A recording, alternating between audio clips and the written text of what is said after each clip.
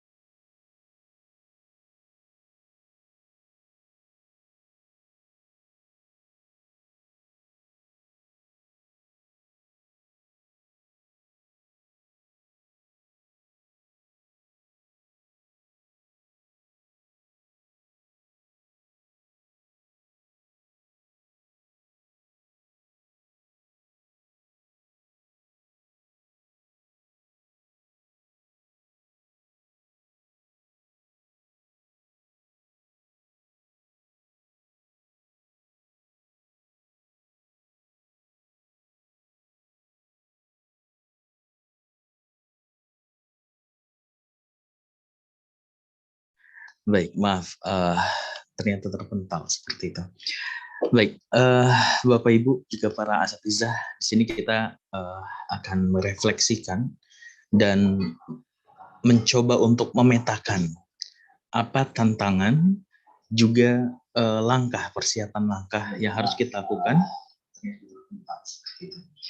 Baik, Bapak Ibu, juga para asatizah, di sini kita akan merefleksikan dan mencoba untuk memetakan apa tantangan juga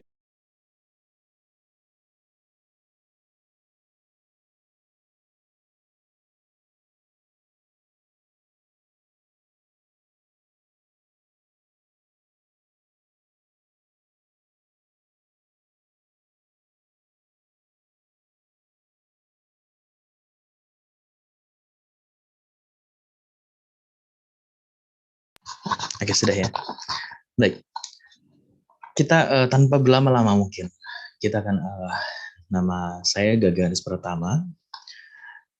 Kita diamanahkan di Kolon Karima sebagai bagian tim juga bagian dari kurikulum, dan saat ini yang sedang kita proses, insya Allah kita akan membuat buku bersama penerbit dari Pena Muda terkait manajemen kurikulum. Juga saat ini yang kita buat adalah aplikasi dari evaluasi pendidikan, yaitu lapor guru.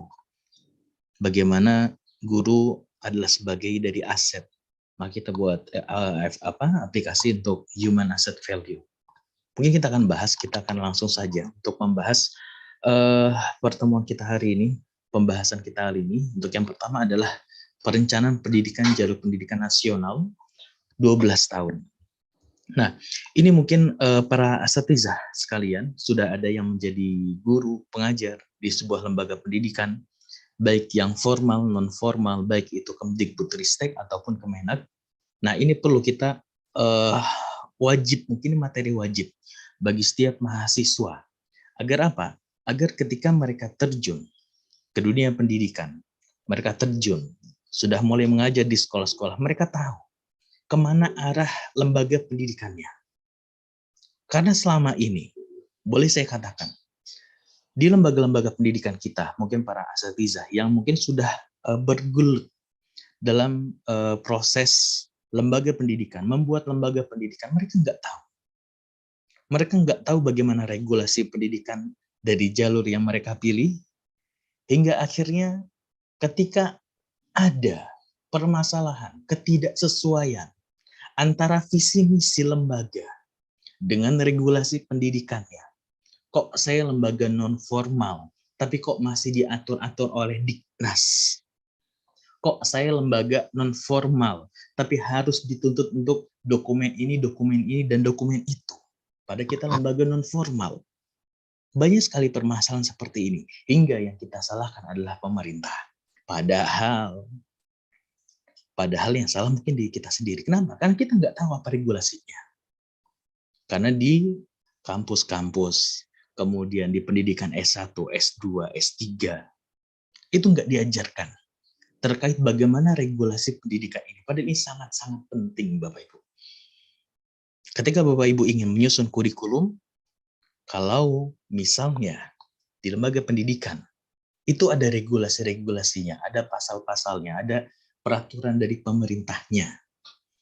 Makanya kalau Bapak Ibu ingin terjun dalam dunia pendidikan, perlu kita bersahabat dengan regulasi-regulasi itu. Kenapa?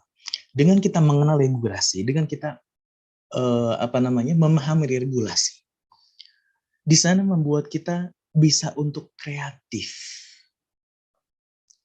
Emangnya kalau kita nggak kenal regulasi bisa kreatif? Nggak bisa kreatif.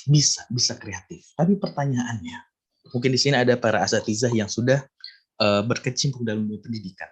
Ketika guru kreatif, ketika sekolah kreatif, tapi kreativitas kita, inovasi kita ini terbentur dari regulasi. Kira-kira siapa yang menang? Kreativitas sekolah yang menang atau regulasinya? Kebanyakan regulasi yang menang. Ada sebuah sekolah di Bekasi, saya nggak akan sebut namanya. Sekolah ini tahun sebelumnya ini mendapatkan akreditasi A. Kemudian sekolahnya ini membuat suatu program di mana menjauh dari standar kurikulum yang ditetapkan oleh pemerintah pada jalur pendidikannya. Banyak kewajiban-kewajiban pada standar kurikulum dan standar proses yang tidak dimasuki di sana. Padahal akreditasinya sebelumnya A. Akhirnya ketahuan oleh Dinas Pendidikan, dievaluasi, dan diberikan teguran keras. Ada dua pilihan. Yang pertama, dibalikan kurikulumnya, sistem pendidikan dan proses pendidikannya. Yang kedua, dicabut akreditasinya, di mana akreditasi ini adalah proses perjuangan selama 8 tahun. Ini kenapa? Nggak ada yang salah sebetulnya. Setiap inovasi kita, setiap karakteristik kreatif, sekolah, visi misi, ini seluruhnya bisa dituangkan dalam proses pendidikan di sekolah tanpa menyalahi regulasi sebetulnya. Kalau kita memahami regulasi, kalau kita memahami celah-celah dari regulasi itu seperti apa, makanya penting Bapak Ibu, sebelum kita terjun dalam dunia pendidikan, ini mengetahui apa saja sih regulasi dalam dunia pendidikan di Indonesia. Di sana kita tahu celah-celah bagaimana kita bisa kreatif dan memasukkan seluruh visi misi dan inovasi yang menjadi rancangan awal pendirian sekolah. Nah, di sini kita perlu membahas terkait jalur pendidikan nasional 12 tahun ini. Apa saja yang kita bahas di sini? Yang pertama adalah pemilihan jalur dan jenis pendidikan. Yang kedua adalah proses pembelajaran, seperti apa perbedaannya antara jalur yang satu dan jalur yang lainnya. Kemudian evaluasi lembaga pendidikan, ini penting sekali. Makanya sebetulnya mahasiswa ini bukan hanya sekedar yang namanya kemampuan kognitif, Bapak Ibu. Yang namanya kemampuan kognitif itu bukan hanya sekedar mahasiswa membaca, mahasiswa menghafalkan, kemudian dievaluasinya dengan soal-soal hafalan. Yang namanya nilai kognitif, pembelajaran kognitif, level tertingginya itu bukan pemahaman dan hafalan, Bapak Ibu. Saya mengatakan ini ilmu umum ya, karena ilmu dunia itu ada taksonominya tersendiri. Nanti kita akan bahas. Nah, evaluasi ini adalah evaluasi dari Badan Akreditasi Nasional. Nanti kita akan bahas. Ini sangat penting. Mungkin ini akan menjadi modal besar Bapak Ibu ketika Bapak Ibu sudah terjun atau ingin membuat lembaga pendidikan. Bagaimana mendapatkan akreditasi tentunya yang terbaik. Baik, jalur pendidikan di Indonesia ini dinaungi oleh dua kementerian Bapak Ibu. Ada Kemdikbudristek atau Dinas Pendidikan, kemudian ada Kemenhak. Di Kemdikbudristek ini ada dua, ada formal dan non-formal. Formal itu merupakan sekolah SD, SMP, SMA, SMK. Ini formal, sekolah formal. Atau dikatakan SDIT. Seperti itu. Ini sekolah formal. Kemudian selanjutnya ada sekolah non formal. PKBM, SKB. Nah, ini PKBM, SKB adalah jalur pendidikan non formal, Bapak Ibu. Kalau di lembaga sunnah ini banyak sekali PKBM dan SKB. Nah, perlu kita pahami bahwa PKBM ini bukan pesantren jalurnya sebetulnya. Walaupun bisa, sekolah formal pun bisa dibentuk pesantren dengan apa namanya, dengan karakteristiknya tersendiri, dengan adanya asrama dan yang lainnya. Tapi perlu kita pahami di sini Bapak Ibu, ketika kita mengambil jalur dari Kementerian Kemdikbudristek, baik itu formal maupun non formal, itu memiliki acuan regulasi kurikulumnya tersendiri. Selain dari karakteristik dari kurikulum sekolah itu sendiri. Nanti kita akan bahas. Nah, kemudian ada Kemenak. Kemenak itu ada dua. Yang pertama ada berbasis sekolah, yang kedua adalah berbasis pondok pesantren.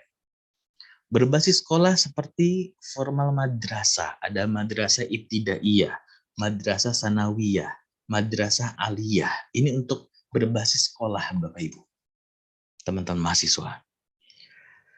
Kemudian yang kedua adalah berbasis pondok pesantren, di mana berbasis pondok pesantren ini ada dua.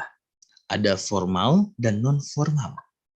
Formalnya itu berupa PDF atau pendidikan diniyah. Maaf, ini bukan DPF tapi PDF. Pendidikan diniyah formal atau mu'alimin atau apa namanya? Mu'addalah. Kemudian ada non-formalnya itu PKPPS. Nah, ini berbasis pondok pesantren. Oke, apa perbedaannya nanti kita akan bahas. Oke, kita lanjutkan lagi pada slide selanjutnya. Kita akan membahas terkait jalur pendidikan pada Kemdikbudristek untuk pendidikan formal dan non-formalnya. Nah, ini adalah SD, Bapak Ibu, mungkin kita sudah kenal ya, pendidikan SD, di mana SD ini pendidikannya selama berapa tahun? Selama 6 tahun. Kemudian apa sih yang difokuskan pada pendidikan SD, pada kompetensi lulusannya? Ini ada 3 aspek Bapak Ibu yang difokuskan pada lulusannya, yaitu persiapan peserta didik menjadi anggota masyarakat yang beriman, bertakwa kepada Tuhan Yang Maha Esa dan berakhlak mulia, kemudian penanaman karakter yang sesuai dengan nilai-nilai Pancasila, menumbuhkan kompetensi literasi dan numerisasi peserta didik untuk mengikuti pendidikan lebih lanjut. Nah, di sini ada Permendikbudristek nomor 5 tahun 2002 pasal 5 ayat 2 Bapak Ibu. Nah, saya ingin sampaikan kepada para mahasiswa, penting Bapak Ibu ketika kita ingin terjun dalam dunia pendidikan ini mengetahui regulasi. Jadi ketika ada regulasi membahas ini baiknya dicatat. Karena apa? Dalam skripsi nanti, dalam proses di lapangan nanti akan ditanya tuh apa dasarnya. Ketika kita tahu dasar, oh ini di pasal ini, ayat ini, kita tahu. Ketika ditanya sama pengawas, kenapa kok sekolahnya melakukan ini, melakukan ini, kita bisa memberikan dalilnya, dalil dari pasal-pasal regulasinya. Hingga mereka nggak akan menyalahkan kita, karena mereka mengerti bahwa kita ini paham terkait regulasi pendidikan. Nah, ini adalah standar lulusan pendidikan dasar Bapak Ibu. Ini untuk Kemdikbudristek. Mengenal Tuhan Yang Maha Esa, kemudian mengenal mengekspresikan diri, kemudian menunjukkan sikap peduli, menunjukkan sikap tanggung jawab. Nah, ini adalah standar lulusan Bapak Ibu. Nah, untuk apa kita mengetahui standar lulusan sih? Nah, sebetulnya standar lulusan ini kita bisa lihat tadi di Permendikbudristek nomor 5. Untuk apa sih sebetulnya kita mengetahui standar lulusan? Setiap jalur pendidikan, Bapak Ibu, ini memiliki standar lulusannya masing-masing, di mana standar lulusan ini yang menjadi acuan kerangka kurikulum. Oke, yang namanya standar lulusan ini menjadi acuan dasar dari kerangka kurikulum. Nah, ini penting sekali kita pahami. Agar apa? Agar proses pendidikannya yang kita lakukan ini ada acuannya, yaitu adalah standar lulusan. Karena dalam supervisi yang dilakukan oleh pengawas atau asesor, dalam melakukan evaluasi pendidikan dan proses pendidikannya, acuannya adalah ini. Standar lulusan. Apakah proses kreativitas kita sebagai guru dalam melaksanakan proses pendidikan ini sudah mengacu pada standar lulusannya atau tidak? Makanya saya katakan,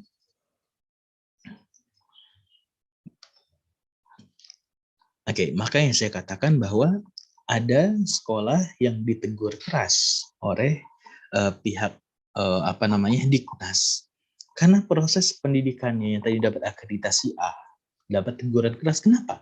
Karena prosesnya itu ternyata tidak mengacu pada standar lulusan nasional ini. Ini sangat penting. Maka kita perlu mengetahui tiap jalur pendidikan ini perlu mengetahui standar lulusannya agar proses kreativitas, inovasi kita dalam melaksanakan proses pendidikan itu nggak menyalahi dari standar lulusan ini, Bapak Ibu. Ini untuk SD, kemudian nanti bisa dibaca. Nah, ini untuk SD, sekolah dasar. Kalau sekarang itu, ini untuk mata pelajarannya Bapak Ibu, dari kelas 1 sampai 2, mata pelajarannya seperti ini, PAI, Pendidikan Pancasila, Bahasa Indonesia, Matematika, Penjasmani, Seni Budaya, Bahasa Inggris, Polok. Apa yang wajib? Yang wajib ini yang 1, 2, 3, 4, 5, 6. Bahasa Inggris ini untuk kelas 1, kelas 2, ini pilihan Bapak Ibu. Ini pilihan untuk bahasa Inggris. Nah, kemudian untuk kelas 3, pembelajarannya ini Bapak Ibu. Nah, untuk SD, bahasa Inggris masih pilihan seperti itu. Nah, untuk kelas 6 seperti ini. Ini mata pelajaran SD, Bapak Ibu, yang perlu ada. Oke, apalagi nanti kita akan bahas terkait regulasi terbaru ketika membahas kurikulum Merdeka, insya Allah nanti. Nah, ini adalah mata pelajaran untuk SD. Nah, kita akan lanjut ke SMP, Bapak Ibu. Nah, ini adalah standar kompetensi lulusan dari SMP formal Kemdikbudristek. Nah, Bapak Ibu, saya ingin sampaikan teman-teman mahasiswa bahwa standar standar lulusan ini di Kemdikbudristek ini untuk sekolah formal ataupun non formal PKBM. Oke. Jadi standar lulusan SD, SMP, SMA ini merupakan standar lulusan nasional untuk jenjang formal dan non formal. Makanya saya katakan bahwa PKBM, SKB, kemudian pendidikan formal sebetulnya bukan jalur dari pondok pesantren. Walaupun bisa dimasukin materi-materi pondok pesantren atau dibuat prosesnya seperti pondok pesantren, akan tetapi tidak meninggalkan dari standar lulusan yang dibuat oleh pemerintah, karena ini regulasinya. Nah, di sini pentingnya guru-guru, calon-calon guru, kepala sekolah, calon-calon kepala sekolah untuk kreatif. Bagaimana bisa mengkombinasikan, bagaimana bisa mengintegralkan antara antara standar lulusan dengan poin-poin kekhasan pembelajaran dari pondok pesantren Bapak Ibu sekalian. Nah, ini untuk mata pelajaran SMP Bapak Ibu. Untuk mata pelajaran SMP, bahasa Inggris ini sudah menjadi wajib. Kemudian informatika yang menjadi pilihan. Nah, ini untuk SMA. Ini untuk SMA. Ada 3 aspek: persiapan peserta didik menjadi anggota masyarakat, kemudian penanaman praktik yang sesuai dengan nilai Pancasila, kemudian pengetahuan untuk meningkatkan kompetensi peserta didik agar dapat hidup mandiri mengikuti pendidikan lebih lanjut. Ini ada di Permendikbudristek nomor 5 tahun 2022. Nah, ini untuk standar lulusan dari sekolah menengah umum atau SMA atau SMP. Nah, ini untuk mata pelajaran ya Bapak Ibu. Untuk regulasi mata pelajaran, untuk SMA ini ada perubahan daripada kurikulum-kurikulum atau sistem pendidikan sebelumnya. Kalau sebelumnya mata pelajaran hanya intrakurikuler. Tapi untuk saat ini SMA terkhusus untuk kelas 11 dan kelas 12 itu sudah tidak ada pembagian IPA, IPS atau bahasa. Ini sudah tidak ada. Nah, untuk kelas 10 ini masih sama seperti SMP mata pelajarannya. Tapi untuk kelas 11, untuk kelas 12 ada yang namanya mata pelajaran pilihan. Apa itu mata pelajaran pilihan? Ini sebagai pengganti dari penjurusan. Kalau sebelumnya, kita ketahui bersama bahwa SMA ini ada penjurusan. Ada IPA, IPS, juga bahasa. Nah, kalau saat ini mata pelajaran wajibnya ini, kemudian ada mata pelajaran pilihan. Untuk apa sih mata pelajaran pilihan? Mata pelajaran pilihan ini untuk memudahkan siswa dalam mencapai cita-citanya. Jadi misalnya, ada siswa yang ingin menjadi dokter misalnya, ingin kuliah di kedokteran, maka mata pelajaran pilihannya itu bisa memilih 3. Misalnya, ada biologi, kemudian ada bahasa Inggris misalnya. Seperti itu. Nah, atau selanjutnya adalah yang sesuai misalnya mau kuliah kedokterannya di Saudi misalnya, maka ada bahasa Arab. Begitu juga misalnya ada anak SMA yang ingin melanjutkan kuliahnya di Timur Tengah. Nah, ini saya sempat bertanya sama Dr. Yogi Anggraina. Beliau merupakan koordinator dari BSKP, dari Kemdikbudristek, mengatakan, saya menanyakan, Dok, misalnya lembaga pendidikan kita, lembaga pendidikan kita ini kebanyakan siswanya menginginkan untuk kuliah di Timur Tengah. Apakah mata pelajaran pilihan ini, sebetulnya mata pelajaran ini sudah tertuang dari di Permendikbudristek nomor 262 tahun 2022. Nah, apakah misalnya ada mata pelajaran pilihan, misalnya siswa kita ingin melanjutkan kuliahnya di Timur Tengah, ngambil diniyah. Nah, apakah boleh kita menambahkan mata pelajaran yang sesuai dengan pilihan? Boleh, walaupun tidak ada di regulasi, karena ini pilihan. Jadi Bapak Ibu bisa menambahkan. Misalnya kita di sini kan ada bahasa Arab aja. Kalau di sekolah-sekolah kita biasanya bahasa Arab itu memang ada dari kelas 10 untuk SMA-nya. Bahkan menjadi mata pelajaran wajib kekhasan dari sekolahnya. Nah, untuk kelas 11, kelas 12 yang mungkin ada 2 pelajarannya. Yang pertama bahasa Arab seperti yang lainnya. Yang kedua adalah bahasa Arab lanjutan, misalnya seperti itu. Jadi yang mau ke Saudi misalnya, belajar di UIM misalnya, yang SMA mata pelajaran pilihannya ada bahasa Arab lanjutan. Jadi di kelas 11, kelas 12, bahasa Arab itu ada 2. Bahasa Arab seperti yang lainnya, pada umumnya. Selanjutnya adalah bahasa Arab lanjutan, mungkin yang lebih dalam di sana. Nah, selanjutnya misalnya ingin mengambil syariah seperti itu. Mungkin ada juga pendidikan agama Islam lanjutan. Itu dipersilahkan. Nah, mata pelajaran pilihan ini disesuaikan dari minat, bakat, dan cita-citanya, aspirasinya yang diinginkan seperti apa untuk kedepannya. Seperti itu. Ini untuk kelas 11 dan kelas 12. Nah, ini untuk SMK. Misalnya dari lulusannya. Ini untuk mata pelajarannya, mata pelajaran wajib dan mata pelajaran kejuruannya. Ini disesuaikan tentunya. Nah, selanjutnya kita akan bahas terkait pendidikan non-formal dari Kemdikbudristek, Bapak Ibu. Sebelumnya kita sudah sampaikan bahwa pendidikan non-formal Kemdikbudristek, PNF, baik itu PKBM, SKB, sebetulnya ini merupakan anak atau cabang dari pendidikan formal untuk melengkapi pendidikan formal. Di mana dalam sejarahnya, pendidikan PKBM, SKB ini diuntukkan untuk memberantas buta huruf, Bapak Ibu. Nah, apa perbedaan antara PKBM dengan sekolah formal atau sekolah non formal dengan sekolah formal? Kalau sekolah formal ini untuk anak-anak yang memang ditargetkan ingin melanjutkan pendidikannya. Tapi kalau PKBM atau SKB memang pada awalnya ini dituntun untuk memberantas buta huruf dan orang-orang yang sudah bekerja.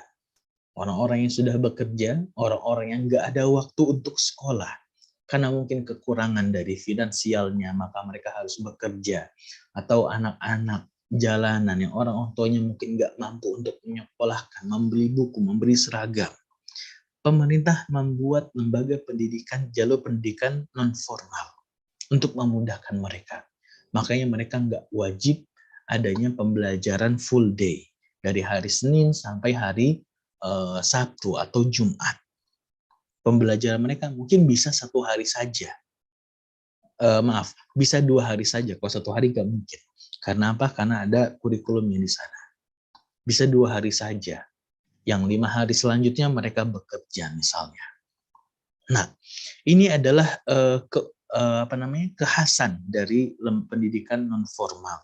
Tapi dari perkembangan saat ini ternyata banyak yang mengambil sekolah-sekolah yang mengambil jalur pendidikan non formal karena kemudahannya. Makanya sekarang kita baik temui banyak lembaga-lembaga sunnah yang membuat pendidikan PKBM SKB, tapi prosesnya itu seperti sekolah formal. Pembelajarannya dari hari Senin sampai hari Jumat atau hari Sabtu, pembelajarannya dari pagi sampai siang, bahkan sore, bahkan ada ekskulnya dan yang lainnya, seperti sekolah formal. Nah, ada juga dalam proses pendidikannya yang membuat pondok pesantren, tapi jalur regulasinya ini PKBM dan SKB. Banyak sekali seperti itu. Nah, yang perlu diperhatikan Bapak Ibu, apapun kekhasan dari pendidikan non formal, baik itu PKBM atau SKB, entah ingin membuat seperti sistem pondok pesantren, entah membuat seperti sistem seperti sekolah-sekolah formal pada umumnya, silahkan, nggak ada permasalahan, dibolehkan oleh pemerintah. Yang terpenting, nah ini yang terpenting Bapak Ibu, dalam jalur non formal PKBM atau SKB di bawah Kemdikbudristek ini memiliki standar kurikulumnya tersendiri, bahkan tertuang dan terpisah. Bisa dilihat dari Permendikbudristek nomor 262 tahun 2022. Di sana diterangkan, ada kurikulum standar kurikulum sekolah formal, ada SLB, ada pendidikan non formal. Nah, ini wajib Bapak Ibu. Kenapa wajib dilakukan? Karena walaupun ini non formal, masih ada proses evaluasi dari pemerintah melalui Badan Akreditasi Nasional. Jadi walaupun pendidikan kita ambil adalah pendidikan non formal, bukan berarti kita bebas seperti itu saja. Pertanyaannya kenapa sih harus ada Badan Akreditasi Nasional atau standarnya? Bapak Ibu, saya ingin sampaikan, adanya yang namanya pendidikan ini ada 2 sifat, ada 2 unsur. Yang pertama adalah diversifikasi. Yang kedua adalah desentralisasi. Apa pentingnya desentralisasi? Bapak Ibu, saya ingin sampaikan, kalau misalnya pemerintah ini nggak membuat standar untuk lembaga pendidikan di negara kita, yang terjadi apa? Orang-orang yang mungkin hanya bermodal harta dan semangat untuk membuat sekolah, akan tapi tidak bermodalkan ilmu terkait dunia pendidikan. Sedangkan pemerintah ini nggak membuat standar pendidikannya. Nggak ada yang bisa dilihat dari standar, ambang, batas, kompetensi yang ditentukan. Untuk kemajuan bangsa ini nggak dibuat standarnya. Maka yang terjadi, sekolah-sekolah itu hanya membuat berdasarkan persepsi dan asumsi dirinya sendiri. Bagi pengelola sekolah yang memang memiliki ilmu pengetahuan terkait dunia pendidikannya tinggi, mampu mengembangkan proses kurikulum pendidikannya, mungkin proses pendidikannya akan berkualitas.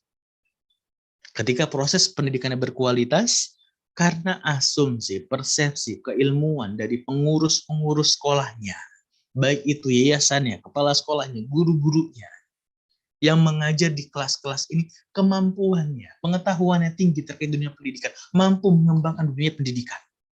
Kualitas dari peserta didiknya akan tinggi. Kompetensi dari peserta didiknya akan tinggi.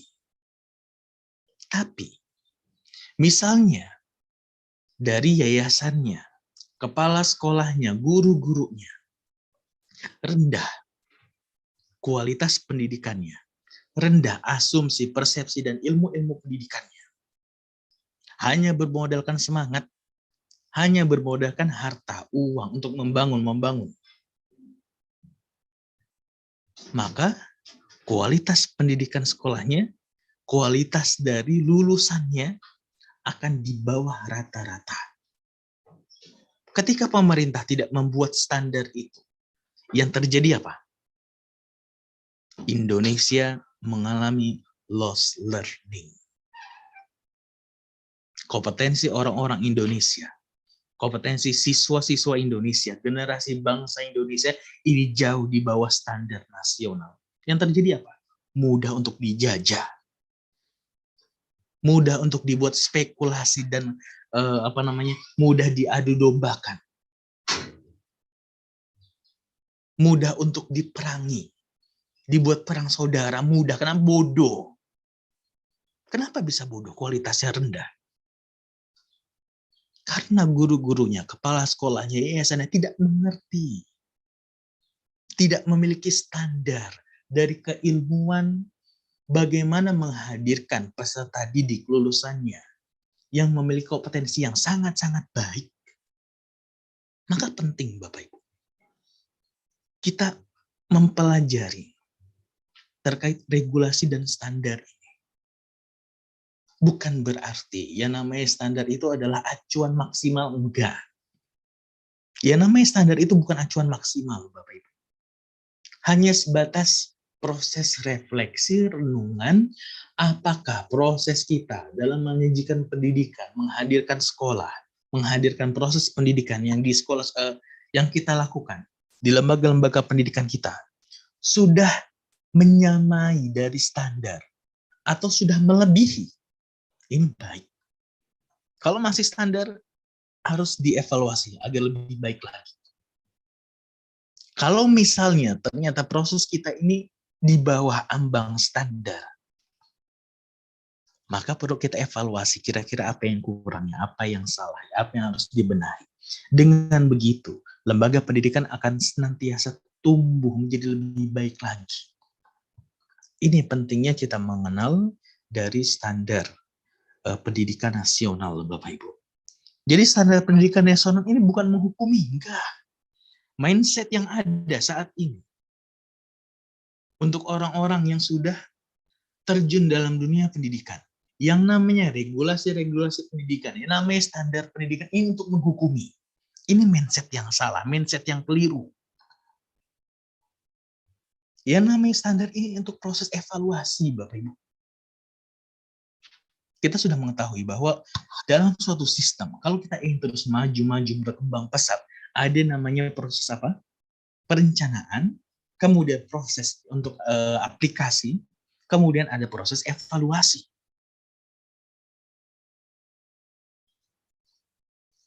Oleh karena itu penting Bapak Ibu, kita mengevaluasi. Oleh karena itu penting kita mempelajari, apalagi ketika kita ingin terjun dalam dunia pendidikan.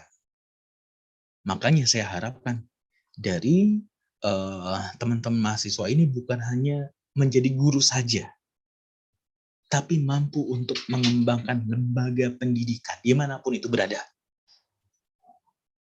Cita-cita kita ini nggak boleh jadi guru aja, Bapak. Jangan sampai seperti itu. Kalau bisa, bahkan kalau kita lihat dari dari tujuan ataupun tugas dari seorang guru pada pada peraturan pemerintah terkait guru dan dosen, Di sana bukan hanya mengajar saja, tapi mengembangkan lembaga pendidikan. Mengembangkan pendidikan, baik itu secara nasional atau internasional. Ini peran guru. Maka kita nggak boleh hanya sekedar menjadi pendidik saja, harus bisa mengembangkan pendidikan itu sendiri. Apalagi untuk pendidikan umat. Baik, selanjutnya kita akan membahas terkait jalur pendidikan pada Kemenak, Bapak Ibu. Baik pendidikan madrasah ataupun pondok pesantren. Nah, ini adalah madrasah ibtidaiyah. Nah, ada yang unik dari madrasah, Bapak Ibu. Untuk madrasah, ini regulasinya mengikuti 2 kementerian. Nah, ini misalnya Bapak Ibu atau teman-teman mahasiswa setelah lulus ingin di madrasah atau yang saat ini sudah bekerja di madrasah atau menjadi pengelola madrasah, madrasah ini unik.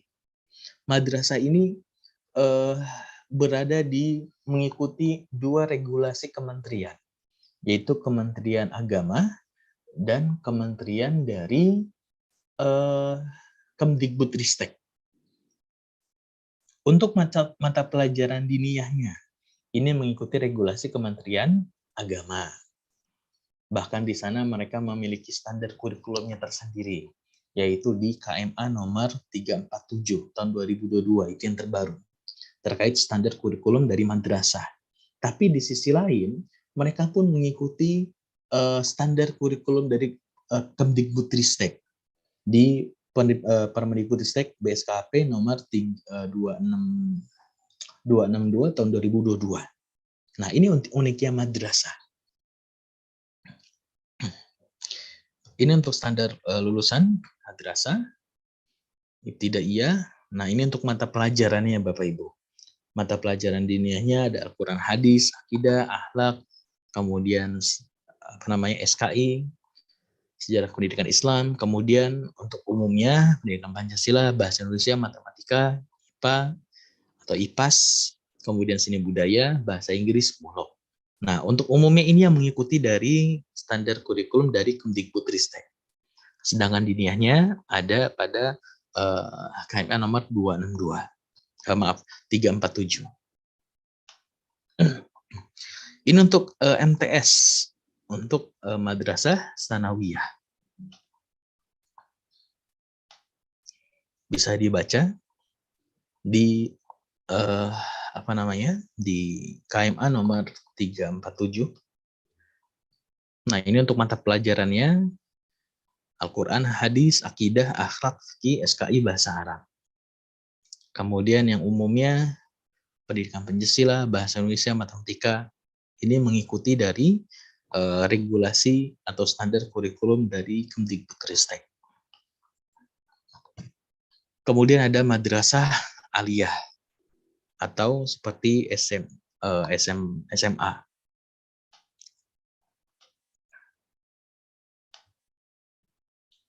Nah, ada juga pilihannya, baik pilihan diniyahnya ataupun pilihan umumnya.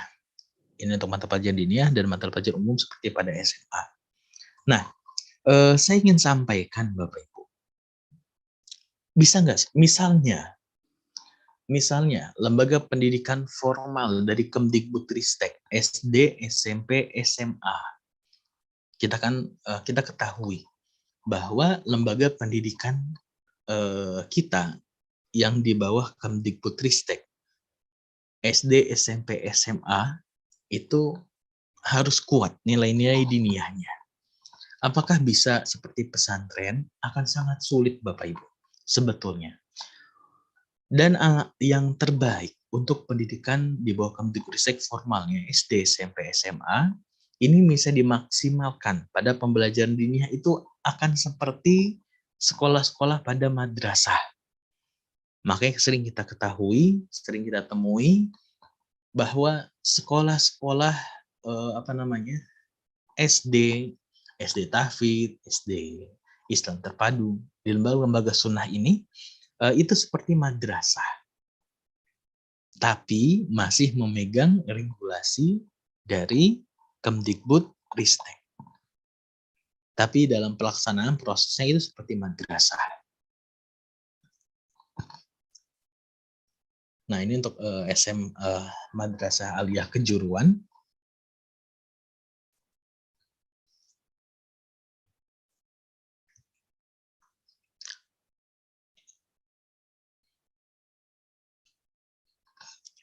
Nah, kita akan bahas terkait pondok pesantren pada jalur pada Kementerian Kemenak, jalur pondok pesantren. Nah, untuk jalur pondok pesantren ini regulasinya pada Permenak nomor 31 tahun 2020. Ini yang terbaru, Bapak Ibu. Ini yang terbaru. Nah, ini perlu nih dicatat nih. Nah, apa itu pondok pesantren? Pondok pesantren adalah lembaga yang berbasis masyarakat dan didirikan oleh perseorangan, yayasan, organisasi masyarakat, atau masyarakat yang menanamkan keimanan dan ketakwaan kepada Allah Subhanahu wa taala, menyamaikan akhlak mulia serta memegang teguh ajaran agama Islam. Dan kurikulum pada pondok pesantren ini berbasis kitab kuning. Oke, berbasis kitab kuning. Dan dirasa Islamiyah dengan pola pendidikan mu'alim, yaitu berjenjang. Nah, jenis pondok pesantren pun ada dua. Ada pesantren formal dan pesantren non-formal. Pesantren formal ini contohnya Gontor, Bapak Ibu.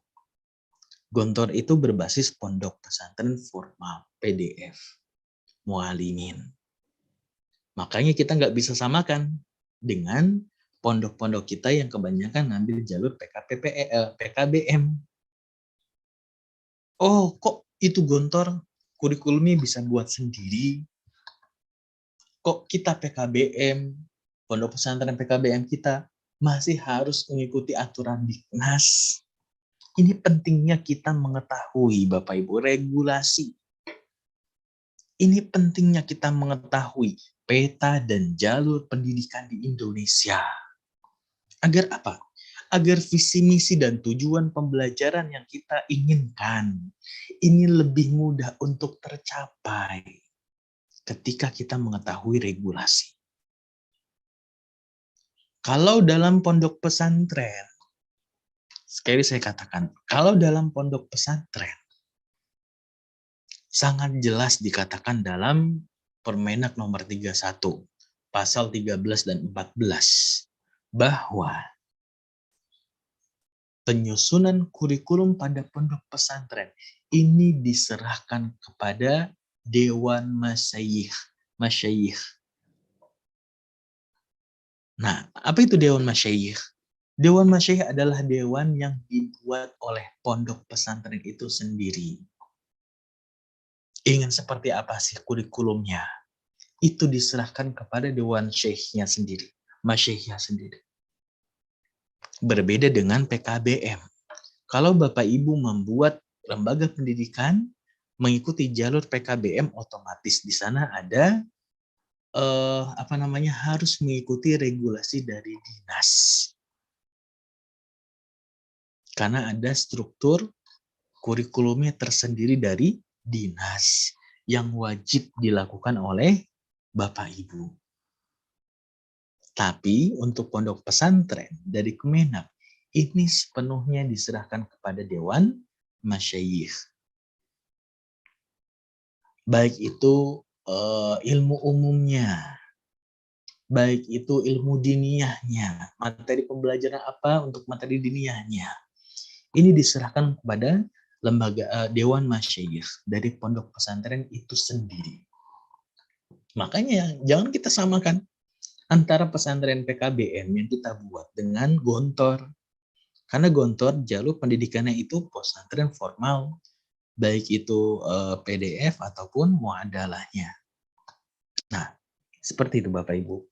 Nah, pondok pesantren formal ini ada muadalah wusto dan pendidikan diniyah formal wusto, kemudian ulia, juga ula. Nah, ini pondok pesantren formal Bapak Ibu. Jadi, jalur pesantren ini memiliki kebijakannya masing-masing yang perlu kita pahami. Oke. Nah, jangan samakan, oh ini kenapa sih pemerintah zolim? Kenapa pemerintah zolim? Iya, lembaga pesantren kita aja dicecer-cecer.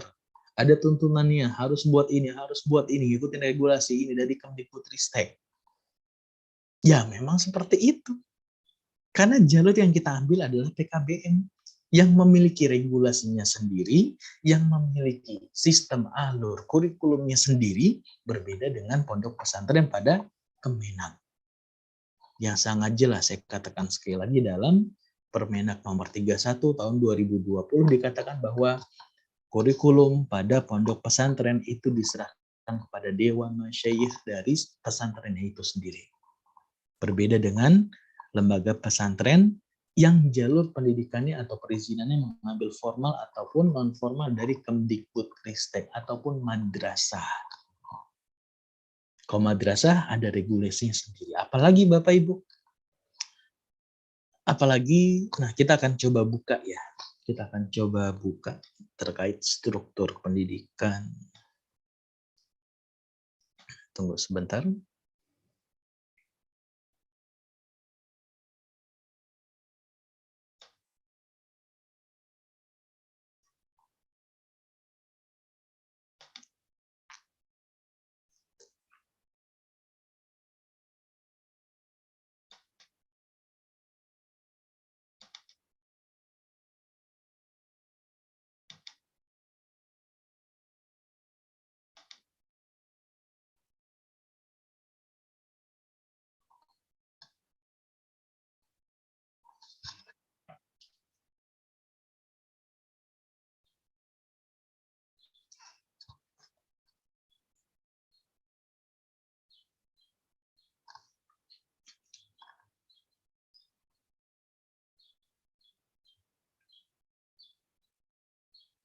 Oke. Oke. Nah, saya ingin membandingkan. Saya akan membandingkan antara mata pelajaran pada jalur pondok pesantren dan pada jalur pondok pesantren PDF atau muadalah juga PKPPS dengan jalur pesantren dari Kemdikbudristek. Misalnya kita ingin membuat jalur pesantren dari Kemdikbudristek. Nah, baik. Kita lanjut dulu ini, baru kita bedakan. Nah, ini adalah kompetensi inti dari pesantren Salafiyah.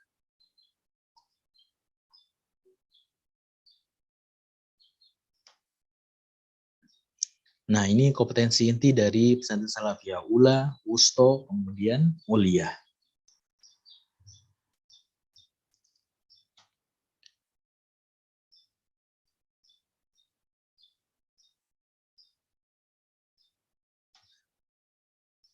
Nah, kalau yang ini, maaf, sebentar. Nah, kalau ini kompetensi terkait pengetahuan, kemudian keterampilan, karena memang, nah ini ada juga, maaf, ada 4, ada 3 terkait kompetensi inti dari pondok pesantren Salafiyah ini. Pertama adalah sikap, yang kedua adalah pengetahuan, yang ketiga adalah keterampilan. Ini merupakan kompetensi inti dari pondok pesantren, mungkin bisa dibaca nanti di Permenak nomor 31 tahun 2020. Nah, ini adalah mapel pondok pesantren Bapak Ibu. Nah, mapel pondok pesantren ada Quran, ada Al-Quran dan Umur Quran, ada hadis, ilmu hadis, ini untuk ulia, wusto, dan ulia. Kemudian ada tauhid, kemudian ada fikih, ada umul. Nah, misalnya ada mata pelajaran yang memang tidak sesuai Bapak Ibu. Ini sebetulnya menjadi kebijakan dari Dewan Masyaikhnya itu sendiri. Seperti itu. Nah, ini memang difokuskan untuk untuk pembelajaran dari pondok pesantren. Makanya ketika Bapak Ibu mengambil jalur dari PKBM, itu nggak ada yang namanya dinas itu. Jangan Bapak Ibu tanya terkait ini kok regulasi dari PKBM nggak ada mata pelajaran diniyahnya, cuman PAI aja. Jangan heran. Kenapa nggak heran? Karena memang PKBM itu anak atau cabang dari sekolah formal, di mana pendidikan agamanya yang tertuang dalam struktur kurikulum itu hanya PAI saja. Tapi bukan berarti kita tidak bisa membuat proses seperti pondok pesantren bisa. Kita bisa membuat proses seperti ini. Dengan apa? Misalnya pembelajaran umumnya cuma 2 hari, kemudian 4 hari atau 3 hari selanjutnya, malamnya itu fokus kepada pembelajaran diniyah. Seperti di pondok pesantren. Nah, untuk mata pelajaran umumnya Bapak Ibu, untuk mata pelajaran umumnya di pondok pesantren itu hanya ini aja, 4 aja. Oke, hanya 4 aja. Untuk WUSTO atau SMP, SMA-nya ada tambahan seni budaya. Ini untuk mata pelajaran umum. Nah, kita akan bedakan apa perbedaan antara mata pelajaran umum, pondok pesantren, formal juga non-formal, dengan pondok pesantren yang melalui jalur Kemdikbudristek, baik itu sekolah formal, SD, SMP, SMA berbasis pondok pesantren, pondok, juga PKBM-nya. Nah, di sini saya akan buka terkait regulasi Permendikbudristek nomor 262 terkait struktur kurikulum dari sekolah formal dan non formal. Nah, di sini dijelaskan Bapak Ibu. Nah, ini adalah mata pelajaran wajib. Ini untuk kelas berapa? Ini untuk kelas 1. Ini mata pelajaran wajibnya. Ketika Bapak Ibu ingin membuat sekolah formal, tapi ada pondok pesantren, ada muatan pondok pesantren, maka yang wajibnya itu ini. Yang dimintai pertanggungjawaban dan evaluasi oleh pemerintah itu ini. Yang wajib ini. Ini kurang besar ya. Coba kita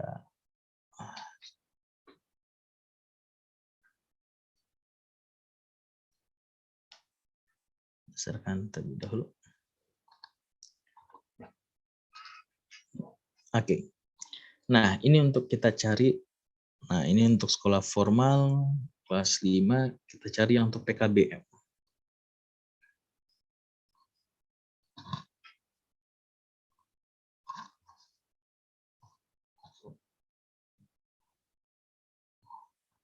Di sini diterangkan jelas Bapak Ibu dalam Permendikbudristek nomor 262 tahun 2022, di sini dijelaskan terkait struktur kurikulum sekolah formal, non formal dan SLB.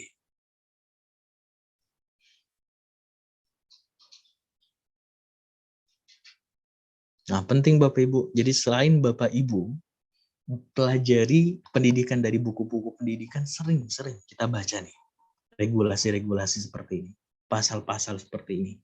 Ini akan jauh bermanfaat Bapak Ibu. Karena ketika ditanya apa dasar kita melakukan ini, kita bisa kasih tahu, oh ini ada di Permendikbudristek nomor ini, pasal ini, seperti itu. Nah, di sini kita akan mencari terkait regulasi PKBM. Masih di bawah. Ini SLB. Nah, ini untuk PKBM Bapak Ibu, paket A. Nah, ini untuk PKBM paket A. Nah, ketika tadi kita udah mengetahui ya, bahwa pada jalur pondok pesantren, pembelajaran umumnya untuk tingkat SMP ini hanya 4 saja mata pelajarannya. Kalau dulu, karena ini yang memang di UN kan. Sekarang, walaupun tidak ada UN, mata pelajaran umum pada pondok pesantren di bawah dari Kemdikbudristek baik formal maupun non formal ini mata pelajarannya umumnya pada SMP hanya 4, SMA 5, ada tambahan seni budaya. Tapi untuk mata pelajaran pondok pesantren yang mengambil jalur PKBM non formal dari Kemdikbudristek, struktur kurikulumnya itu mengikuti struktur kurikulum seperti sekolah formal. Mata pelajarannya seperti mata pelajaran sekolah formal yang wajibnya. Ini untuk SD, paket A. Ini paket B, SMP. Nah, bedanya apa? Kalau di sini yang SMP, IPA sama IPS-nya itu terpisah. Ada penambahan tuh mata pelajarannya. Kemudian ini untuk SMA. Ini wajib Bapak Ibu. Nah,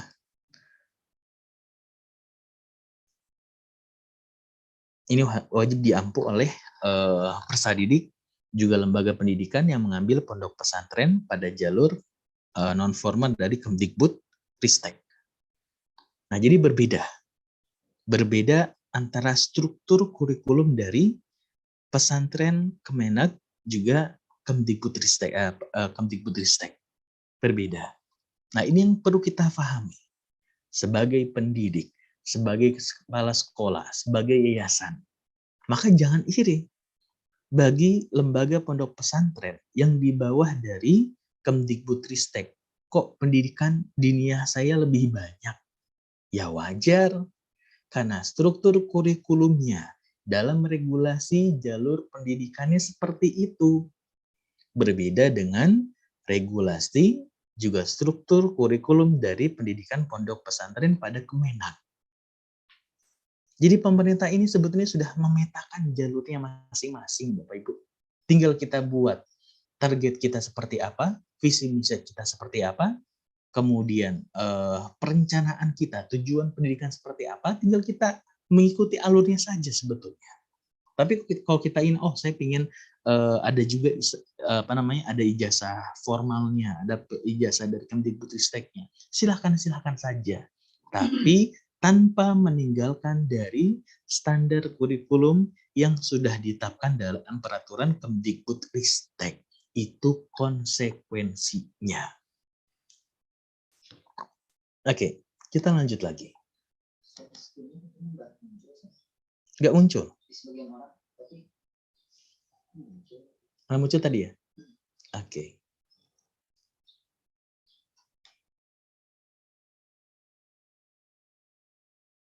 Oke, kita lanjutkan lagi. Nah, setelah kita menentukan kita ingin berada pada jalur mana, proses pendidikan kita, tujuannya seperti apa, standar kelulusannya seperti apa, selanjutnya kita akan membahas terkait evaluasi dari Badan Akreditasi Nasional, sekolah madrasah untuk sekolah formal, Bapak Ibu. Nah, kemarin ada yang ada yang bertanya di lembaga pendidikan, kok aneh? Lembaga pendidikan mengambil jalurnya ini non formal dari pondok pesantren, ya, non formal dari pondok pesantren PKPPS.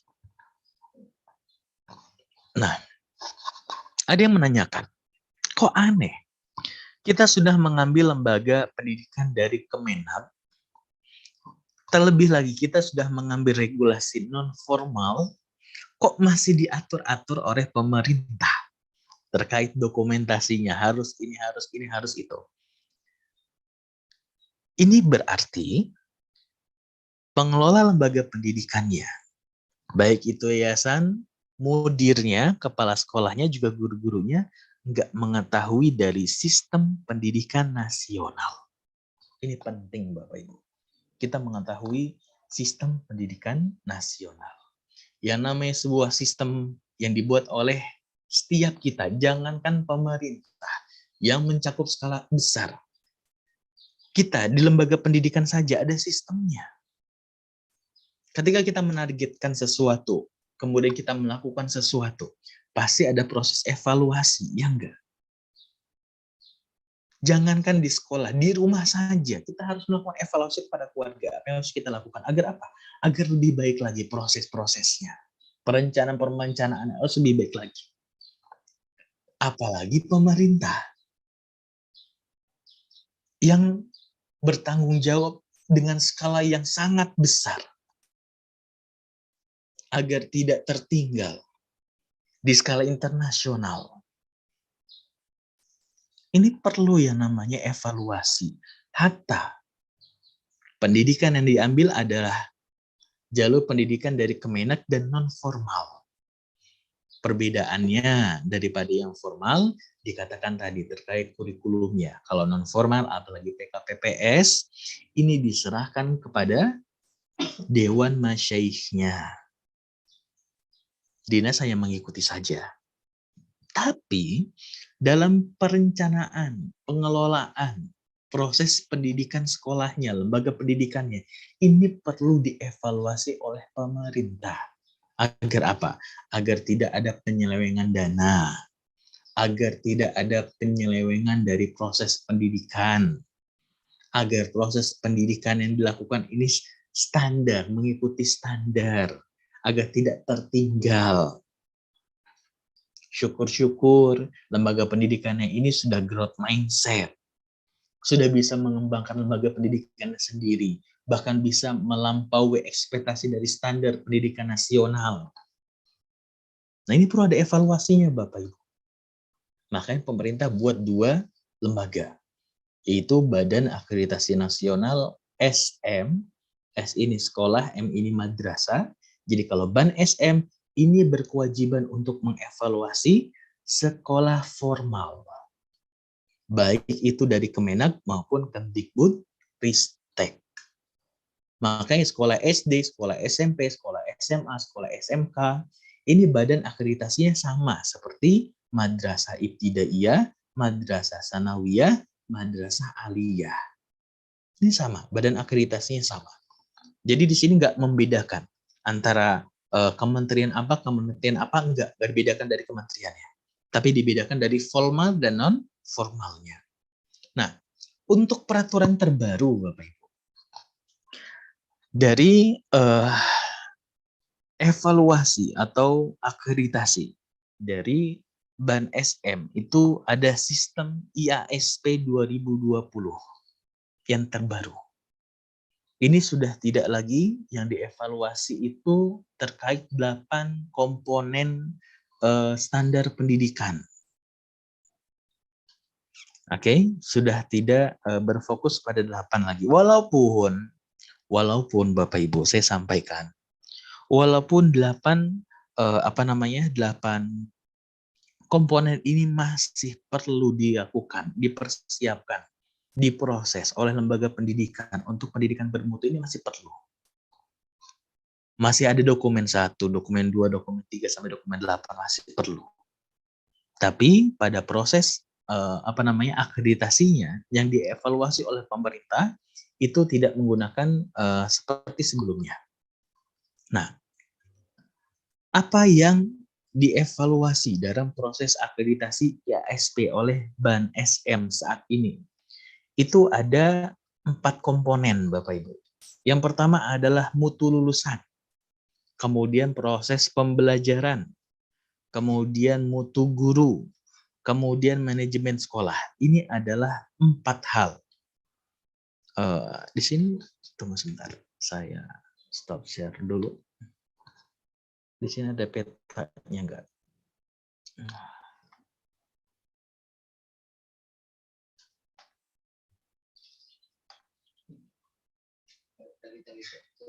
Baru terlihat. Oh iya. Baik, kita coba buka terkait peta IASP.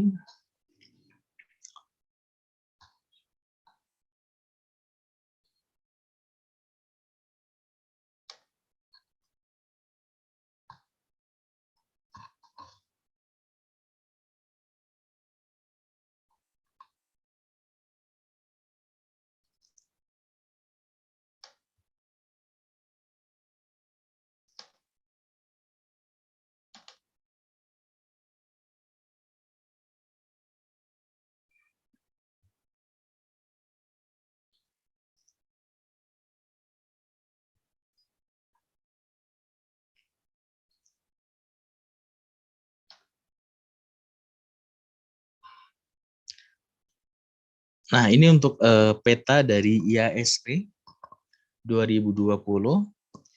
Jadi hanya 4 komponen ini yang akan dibahas atau menjadi bahan akreditasi evaluasi oleh supervisor dari dinas provinsi.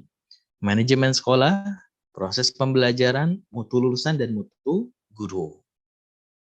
Nah, kemudian standar kurikulum, standar penilaian, standar SAPRAS, standar pembiayaan, ini nanti hanya dilaporkan pada berupa dokumen-dokumen yang disetorkan saja, difotoin kemudian diupload pada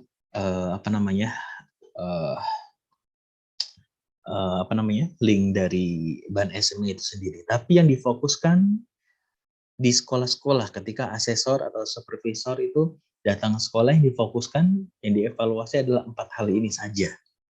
Makanya dikatakan oleh Pak Wiwi Tika, beliau merupakan sekretaris jenderal dari Ban SM Jawa Barat. Untuk sekolah-sekolah formal, kalau dulu kan memang sekolah-sekolah formal itu ketika ingin membuat sekolah formal itu ada ketentuannya ya.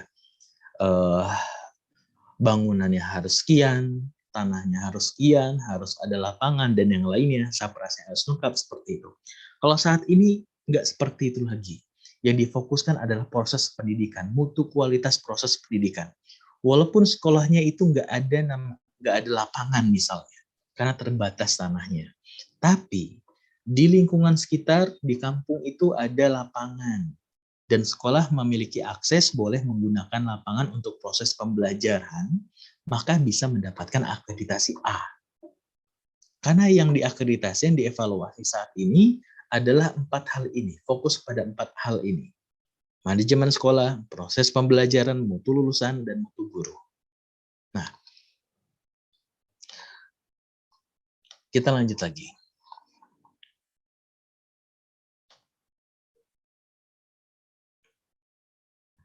Tiap komponen pada akreditasi dari Ban SM ini ada subkomponennya. Nah, kemudian ada butir intinya. Nah, untuk mutu lulusan ini ada 3 subkomponen. Karakter siswa, kemudian kompetensi siswa, kepuasan pemangku kepentingan. Nah, kalau karakter siswa ini ada 4 komponen, ada inti, ada butir inti, ada 4, kompetensi siswa ada 6, kemudian kepuasan pemangku kepentingan ada 1, kemudian kualitas pembelajaran di kelas, kemudian untuk proses pembelajaran ada 3 subkomponen, kualitas pembelajaran di kelas, iklim belajar di kelas, manfaatan sarana penunjang proses pembelajaran. Ini jumlah inti komponen nanti akan kita bahas ya, insya Allah.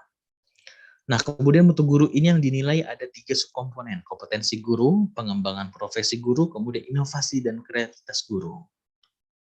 Nah, untuk manajemen sekolah ada pencapaian visi misi, kompetensi kepala sekolah, kemudian pimpinan kepala sekolah, budaya sekolah, kemudian perlibatan masyarakat, pengelolaan kurikulum. Nah, ini ada kompetensi intinya. Nah, kita akan bahas terkait apa saja untuk kompetensi intinya. Ini untuk manajemen ada 5. Ada pengelola sarana prasarana, pengelola guru dan tenaga pendidikan, pengelola pembiayaan, pengelola kesiswaan, dan mutu internal. Nah, jumlah butir inti dari 4 komponen ini ada 35.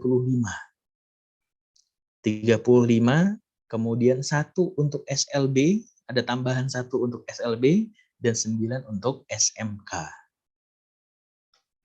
Nah, kita akan bahas terkait subkomponennya dan inti atau indikatornya yang akan dinilai oleh supervisor nanti dalam proses Ban SM. Nah, yang pertama adalah dari perkembangan siswa. Yang pertama adalah menunjukkan perilaku disiplin terhadap tata tertib sekolah madrasah dalam berbagai situasi. Nah, ini perlu nanti ada pembahasan mungkin apa saja dokumen-dokumennya seperti peraturan-peraturan, kemudian hal-hal yang ditempel di lapangan, peraturan di lapangan, disahkan atau di halaman dan yang lainnya. Kemudian menunjukkan perilaku religius, menggunakan perilaku kerja kelas, tanggung jawab, kemudian mencegah perundungan bullying. Kemudian untuk subkomponen kompetensi siswa, indikatornya atau kompetensi intinya, memiliki keterampilan abad 21, komunikasi, kolaborasi, berpikir kritis, kreativitas, inovasi, dan menyibukkan ekspresi diri, kemudian menentukan peningkatan prestasi akademik, kemudian kepuasan stakeholder. Nah, kemudian untuk kualitas pembelajaran. Nah, ini sebetulnya yang 3 di bawah ini adalah tambahan dari kita. Karena kita menginginkan sekolah itu memiliki standar standar pendidikannya itu melebihi dari standar pendidikan nasional. Target kita, cita-cita kita harus seperti itu. Gimana caranya? Standar mutu kualitas pendidikan kita ini harus lebih tinggi dari standar mutu pendidikan nasional. Nah, untuk kualitas pembelajaran ini ada 3. Indikatornya pertama adalah melaksanakan pembelajaran efektif, kreatif, partisipatif, transformatif, kolaboratif, melaksanakan penilaian proses, melaksanakan remedial atau pengayaan. Kemudian iklim belajarnya menunjukkan partisipatif aktif dalam pembelajaran, menunjukkan budaya literasi, menciptakan suasana belajar aman, nyaman, bersih. Kemudian pemanfaatan sarana prasarana. Nah, ini subkomponen untuk kompetensi guru, menyusun rencana pembelajaran, mengembangkan perangkat pembelajaran. Nah, ini untuk pengembangan profesi guru, ada melakukan evaluasi diri, melakukan pengembangan profesi. Nah, ini hal-hal yang akan dinilai oleh asesor Bapak Ibu. Nah, ini penting mahasiswa mengetahui. Misalnya kita lihat dari kurikulum S1, S2, S3 itu nggak ada yang membahas terkait ban SM. Terkait apa saja yang dinilai, yang dievaluasi oleh Badan Akreditasi Nasional, nggak ada yang membahas. Padahal kebutuhan dari sekolah-sekolah itu mendapatkan akreditasi terbaik. Tapi proses pendidikan, kesiapan dari pemangku kebijakan di sekolah-sekolahnya, guru-gurunya, kepala sekolahnya, nggak ada pendidikan terkait ban SM kecuali ketika di lapangan. Nah, ini sebelum di lapangan kita persiapkan agar paham terlebih dahulu jalur seperti apa, dan kita bisa mempelajari nanti, oh ini yang penting, oh ini yang penting. Jadi ketika Bapak Ibu atau teman-teman mahasiswa di sini ketika lulus langsung membuat sekolah, sudah siap menjadi kepala sekolah, harus berbuat apa? Harus menghubungi siapa? Harus melakukan apa? Ketika ingin mendapatkan akreditasi dan mutu pendidikan terbaik. Selanjutnya adalah inovasi dan kreativitas guru. Nah, ini subkomponennya, mengembangkan kegiatan pembelajaran inovatif dan kreatif. Nah, ini untuk mutu manajemen sekolah Bapak Ibu. Subkomponennya ini, indikatornya Bapak Ibu bisa membaca sendiri mungkin. Pencapaian visi misi, kompetensi kepala SM, kepemimpinan kepala sekolah, kemudian implementasi visi misi. Nah, ini indikator-indikator penilaiannya. Ada budaya sekolah atau madrasah, mengembangkan komunikasi, menunjukkan budaya bersih, indah tertib, melibatkan masyarakat, kemudian pengolahan kurikulumnya, mengolah pengembangan kurikulum secara inovatif. Ini untuk SMK, berarti untuk SD, SMP, SMA atau madrasah aliyah, madrasah ibtidaiyah, madrasah sanawiyah, ini nggak ada ya, kecuali madrasah aliyah kejuruan ada. Nah, ini untuk pengelolaan sarana prasarana yang dinilai dari penguasaan prasarana atau sekolah madrasah, ini ada dokumen-dokumen tersendiri Bapak Ibu nanti.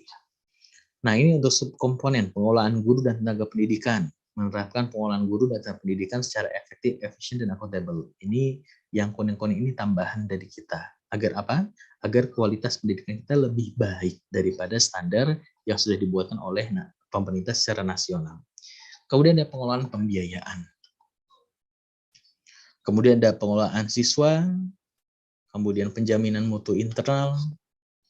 Nah, ini terkait apa yang akan dievaluasi oleh supervisor pada ban SM untuk sekolah-sekolah formal, baik itu sekolah Kemdikbudristek, SD, SMP, SMA maupun madrasah. Oke, selanjutnya ketika kita sudah membahas sekolah formal, kita akan membahas sekolah non formal, Bapak Ibu. Baik dari Kemenag maupun Kemdikbudristek. Baik itu PKBM maupun untuk non formalnya tadi apa? Dari Kemenag yaitu PKPPS. Nah, untuk non formal ini masih mengikuti sistem lama. Untuk non formal ini masih mengikuti sistem lama, yaitu yang dievaluasi adalah 8 standar.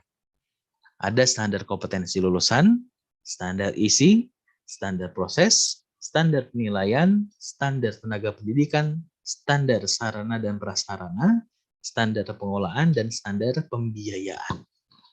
Ini yang akan dievaluasi oleh supervisor pada sekolah-sekolah non-formal, baik itu PKBM, PKPPS.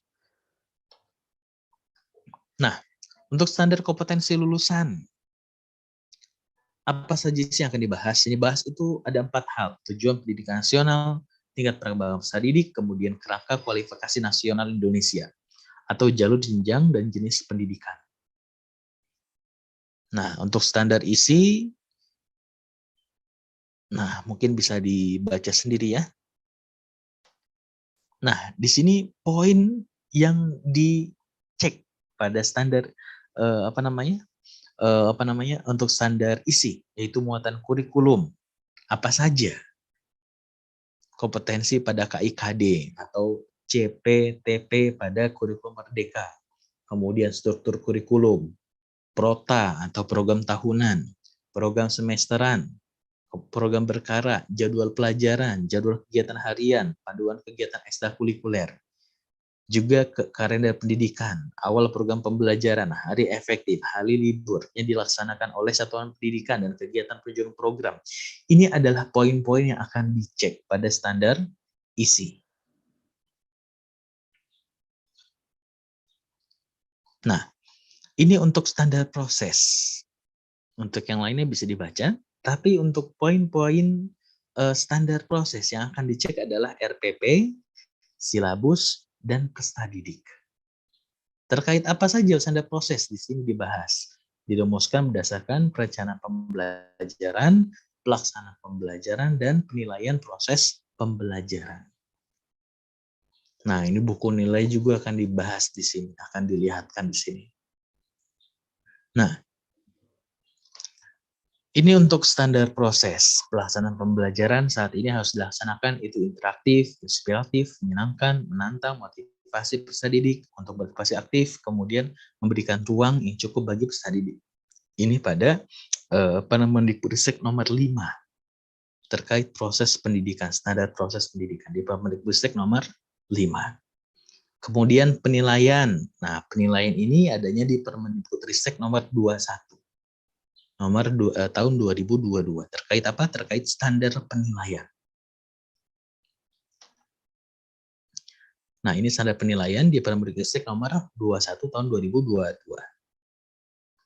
Nah, poin-poin apa saja yang akan dicek pada standar penilaian? Pertama adalah dokumen panduan penilaian, pelaksanaan penilaian, kemudian data peserta didik yang telah mengikuti pembelajaran. Nah, ini adalah dokumen-dokumen yang dicek pada standar penilaian. Nah, standar penilaian itu meliputi apa saja sih? Yaitu meliputi perumusan tujuan penilaian, pemilihan atau pengembangan instrumen penilaian, pelaksanaan penilaian, pengolahan hasil penilaian, dan pelaporan hasil penilaian. Nah, bagaimana untuk sekolah non-formal? Untuk sekolah non-formal atau sekolah Kemenhub, standar penilaian itu mengikuti siapa? Nah, untuk saat ini, standar penilaian yang dipakai untuk seluruh jenjang pendidikan di Indonesia, baik itu Kemdikbudristek maupun Kemenhub, baik itu formal maupun non-formal, adalah peraturan dari Kemdikbudristek nomor 21 tahun 2022. Itu yang digunakan sebagai standar penilaian saat ini. Di mana di sana ada penilaian diagnostik, ada penilaian formatif, ada penilaian sumatif. Nah, nanti dibahas sebetulnya pada semester selanjutnya mungkin ya, terkait evaluasi. Karena untuk 3 hari ini kita nggak membahas tentang evaluasi, tadi pada semester selanjutnya so kita akan bahas terkait evaluasi pendidikan saat ini. Kenapa? Karena proses evaluasi itu nggak bisa terpisahkan dari tujuan perencanaan, Bapak Ibu. Yang namanya evaluasi itu nggak bisa terlepas dari tujuan perencanaan. Karena evaluasi yang baik adalah evaluasi yang dapat menggambarkan secara validitas atau reliabilitas dari tujuan itu sendiri. Jangan sampai tujuannya kemana, tapi proses evaluasinya kemana. Ini nggak relevan seperti itu, nggak sesuai, nggak bisa dijadikan acuan. Nah, ini adalah standar penilaian pendidikan. Poin-poin standar penilaian pendidikan ada dokumen jumlah kualifikasi akademik pendidik, dokumen kualifikasi pendidik dan tenaga pendidikan, dokumen ini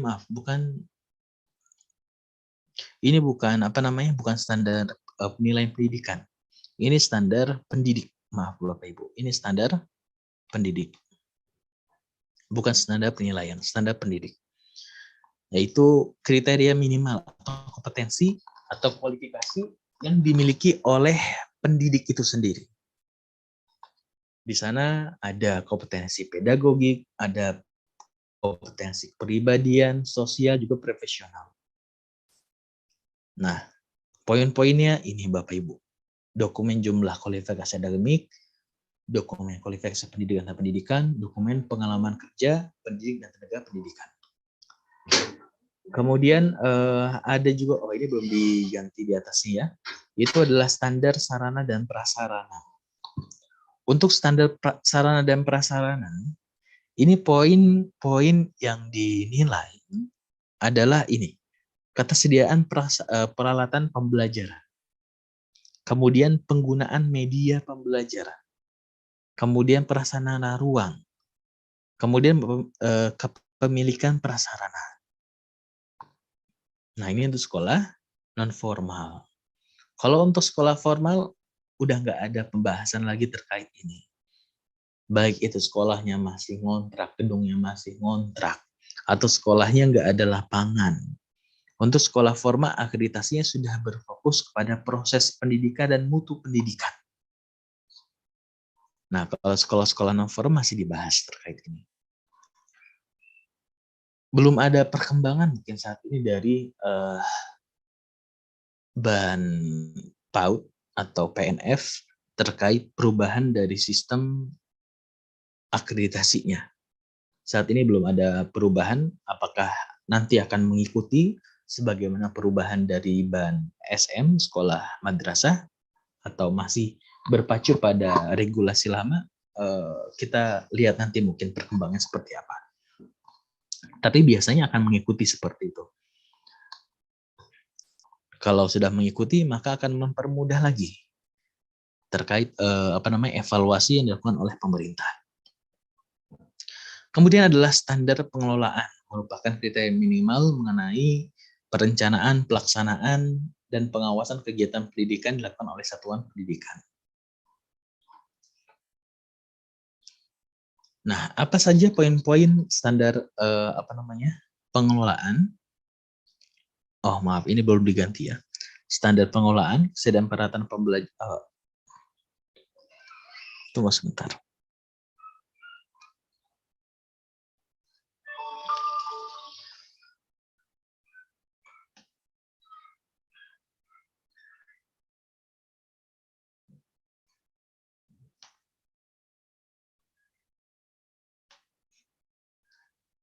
Oke, ini sepertinya salah. Kita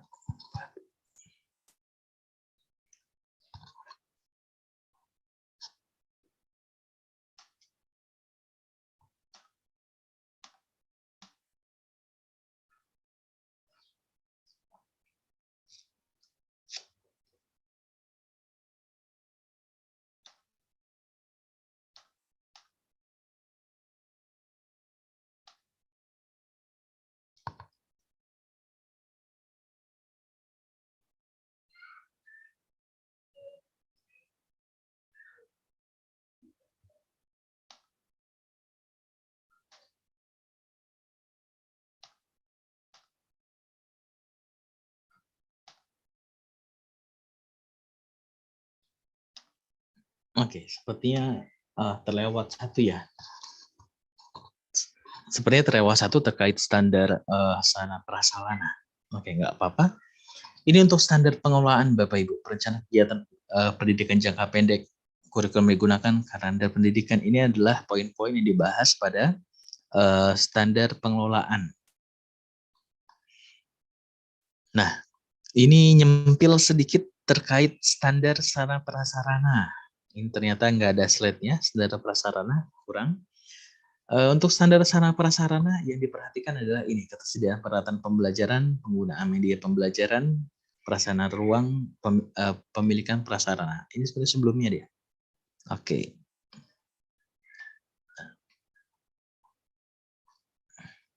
Oke. Mungkin kita fokusnya ke bawah ya, bukan ke atas. Yang atas kayaknya banyak yang belum diubah, maaf. Oke, selanjutnya adalah standar pembiayaan.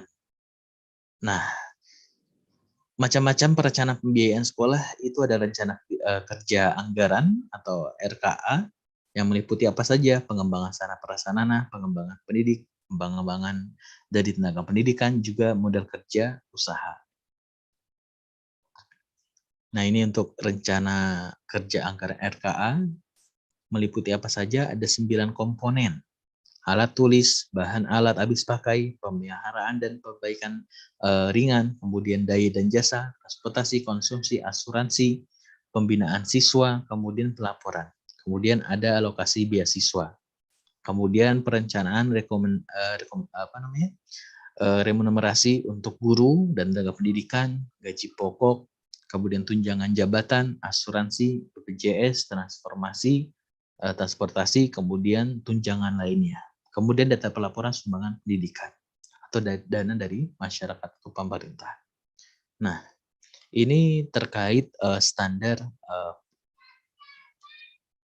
pembiayaan. Nah, ini saja mungkin terkait pengenalan kita. Untuk materi pertama terkait jalur pendidikan nasional masih ada sekitar 20 menit, sekiranya ditanyakan dipersilahkan.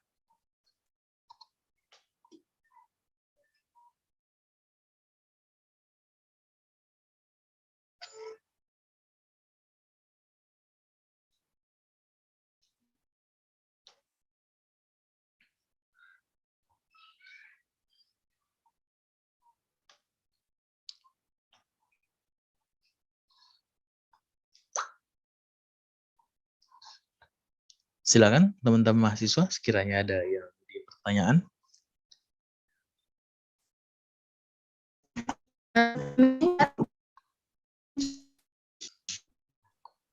Afar Ustazah, sepertinya suaranya putus-putus.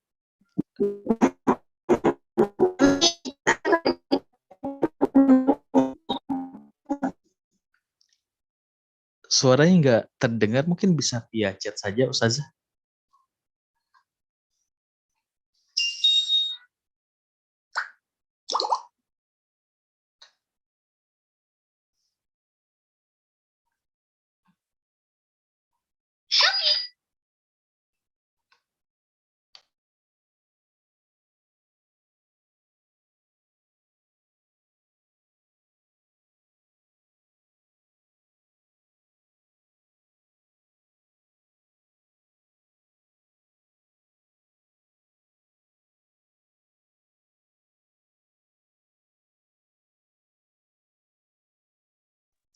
Oke, Afwan Ustadz, materi nanti akan di-share ke grup mahasiswa, insya Allah kita akan share. Karena ini merupakan modal utama, modal dasar juga modal yang besar yang harus dimiliki oleh setiap mahasiswa. Jangan sampai mahasiswa ini hanya menjadi menjadi buntut kebiasaan aja dari sekolah-sekolah, harus menjadi agen perubahan dari sekolah-sekolah itu untuk mutu dan kualitas pendidikan lebih baik lagi. Jadi bukan berarti mahasiswa yang baru lulus itu nggak punya skill, bahkan kalau bisa skillnya lebih baik, tergantung dari proses pembelajaran kita selama kita menjadi mahasiswa. Afwan Ustadz, jika sekolah baru, ya sekolah baru buka, apakah ada tips memilih antara Kemendak atau Diknas? Oke, sebelum kita memilih Kemendak atau Diknas, Bapak Ibu, tentunya kita harus mendiskusikan terlebih dahulu terkait tujuan pendidikan, kemudian visi misi yang akan kita lakukan. Jangan sampai tujuan atau yang kita diskusikan dengan dengan sesama yayasan atau pengelola di awal itu hanya melihat dari apa? hanya melihat dari banyak tidaknya orang yang tertarik dengan ijazah. Bapak Ibu, selama kita membuat lembaga pendidikan, insya Allah akan banyak yang daftar. Karena kebutuhan pendidikan saat ini sangat banyak. Yang difokuskan, dibahas di awal bersama teman-teman yayasan atau pengembang sekolah adalah tujuan dan visi misinya seperti apa, gambaran proses seperti apa. Baru kita memilih apakah kita ingin mengambil jalur formal non-formal dari Kemenag atau jalur formal dan non-formal dari Kemdikbudristek. Itu model dasar kita. Visi misi dan target atau proses pendidikan yang akan kita lakukan seperti apa. Jangan sampai yang kita lakukan yang kita bahas adalah hanya sebatas oh yaudah kita ingin membuat pesantren, tapi bagaimana pesantren ini memiliki memiliki ijazah dari Kemdikbudristek misalnya. Bapak Ibu, saya ingin sampaikan, yang namanya ijazah itu sama. Gak ada yang namanya ijazah Kemdikbudristek itu lebih baik daripada ijazah Kemenag. Enggak. Yang berbeda adalah ijazah formal atau non-formalnya. Apakah semua ijazah, baik itu Kemdikbudristek ataupun Kemenag, baik itu pondok pesantren maupun sekolah, itu bisa semuanya masuk perguruan tinggi nasional, negeri, bisa. Jadi nggak ada kaitannya antara ijazah Kemdikbudristek dengan ijazah Kemenag, mana yang lebih baik, nggak ada kaitannya. Selama, apa perbedaannya? Perbedaan antara ijazah formal dan non-formal. Kalau ijazah formal ini terkait jalur masuknya, Bapak Ibu. Jalur masuknya kepada perguruan tinggi. Kalau untuk sekolah-sekolah formal, baik itu sekolah pada Kemdikbudristek ataupun madrasah, itu bisa melalui atau pondok pesantren formal, itu ada yang namanya SBMPTN. Masuk kuliah melalui jalur prestasi. Atau sekarang namanya SMBP. Nah, untuk kalau jalur prestasi ini nggak usah melalui tes secara massal. Nggak usah melalui tes. Biasanya melalui prestasi, melalui rapor seperti itu. Nah, ini keuntungan dari sekolah formal. Untuk sekolah non formal, apakah bisa masuk PTN atau perguruan tinggi negeri? Bisa, tapi melalui jalur dari SMBPTN atau sekarang dinamakan SMBT, yaitu melalui jalur tes. Nah, jadi perbedaannya hanya itu saja. Semuanya sama-sama bisa melanjutkan pembelajarannya di universitas negeri. Semuanya bisa. Asalkan lulus tesnya kalau untuk sekolah non formal. Jadi ada 2 jalur, ada 3 jalur maaf untuk mengikuti untuk masuk pada universitas negeri. Yang pertama adalah SMBP, yaitu melalui jalur prestasi, dan ini untuk sekolah formal. Kemudian SMBT melalui jalur tes. Nah, perhatikan Bapak Ibu. Untuk 2 jalur ini yang akan banyak saingannya begitu keras. Kenapa? Karena untuk 2 jalur ini yang akan lebih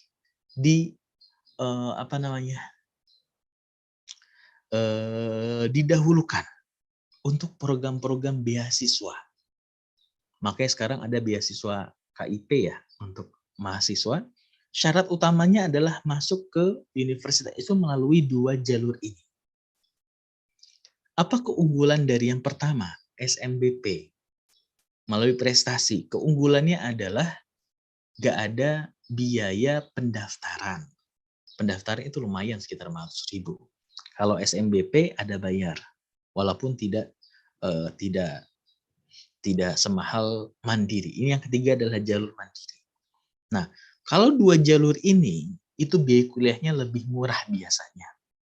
Kalau jalur mandiri, wah, kedokteran itu bisa ratusan juta seperti itu.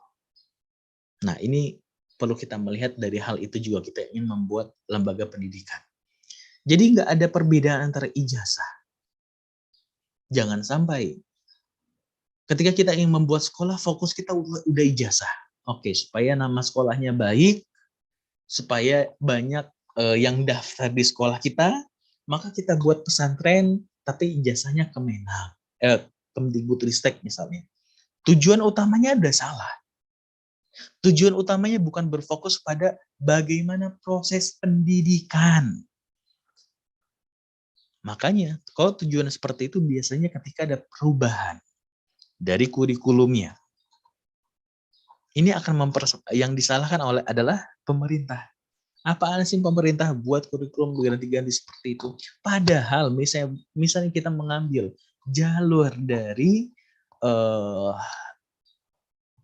Kemenak, pondok pesantren. Bapak Ibu, saya ingin sampaikan. Kalau Bapak Ibu membuat pesantren melalui jalur Kemdikbudristek atau madrasah, maka harus siap-siap ada perubahan kurikulum. Sekali lagi saya katakan, kalau Bapak Ibu membuat pesantren, tapi jalur pendidikannya madrasah, sekolah formal Kemdikbudristek, ataupun non-formal Kemdikbudristek, PKBM, SKB, maka harus siap-siap ada perubahan kurikulum. Ada perubahan peraturan dari sistem pendidikannya.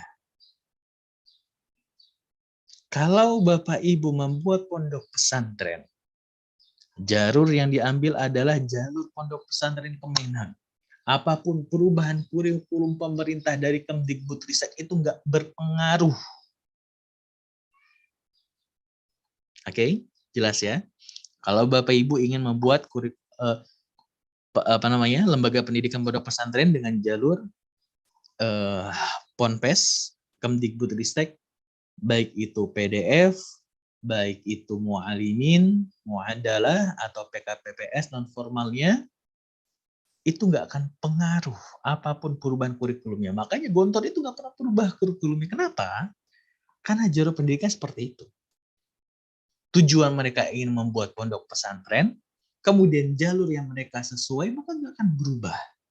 Nggak akan mengikuti perubahan yang ada pada pemerintah. Bisa mengembangkan sendiri. Nah, ini penting Bapak Ibu.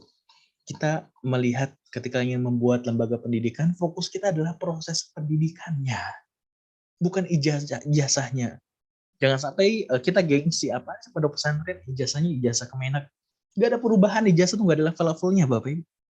Semuanya bisa mengikuti dari dari bisa masuk ke perguruan tinggi negeri itu bisa semuanya, nggak ada perubahannya. Untuk kurikulum apakah sama? Nah, untuk kurikulum apakah sama? Untuk kurikulum, tiap jalur itu punya kurikulumnya masing-masing, Ustazah. Seperti itu. Kita akan bahas pada materi selanjutnya ya, terkait kurikulum. Jadi kurikulum ini tiap jalur itu punya acuan atau kerangka kurikulumnya masing-masing. Seperti itu. Kita akan bahas pada sesi selanjutnya insya Allah. Apakah syarat pengurusan izin Kemenak atau Diknas sama atau berbeda? Secara garis besar sama. Secara garis besar sama. Yang berbeda adalah dinasnya saja seperti itu. Afwan Ustaz, berkaitan dengan regulasi yang ditetapkan oleh pemerintah terhadap pendidikan di NKRI, mana saja yang perlu kami pelajari agar dapat memahami regulasi yang berlaku, baik itu melalui Kemdikbudristek maupun Kemenak secara umum. Oke, untuk undang-undang apa saja yang perlu dipelajari, nanti kita akan bahas pada kesempatan selanjutnya ya. Di sana akan diterangkan terkait dokumen-dokumen regulasi apa saja yang perlu mahasiswa ini pelajari, baca-baca di sana untuk proses pendidikan yang lebih baik tentunya. Insya Allah untuk sesi selanjutnya ya. Tapi ada pertanyaan lagi yang mau langsung mungkin silahkan.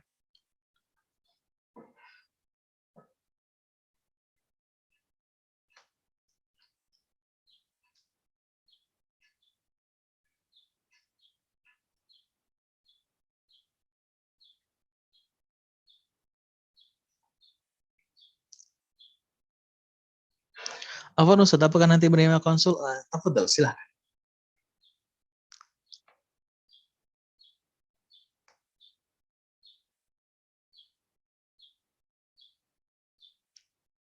Wa jazakumullah khairan. Tapi sekiranya tidak ada yang bertanya, mungkin kita akan istirahat terlebih dahulu sebelum kita melanjutkan pada sesi selanjutnya. Kurang lebihnya kita mohon maaf. Subhanakallah bihamdika. Asyhadu an la ilaha illa anta astaghfiruka wa atubu ilaik. Bisa Ustaz, langkah-langkah apa sih kita ingin mengurus perizinan ponpes agar direspon dengan baik? Oke, yang pertama kita buat dulu ponpesnya. Buat dulu ponpesnya, kemudian kita buat kurikulum dan proses pendidikannya dengan secara matang. Kemudian baru kita mengajukan perizinannya. Oke. Jadi sebelum kita membuat perizinan harus ada contohnya dulu yang terdokumentasi, kemudian sudah berproses.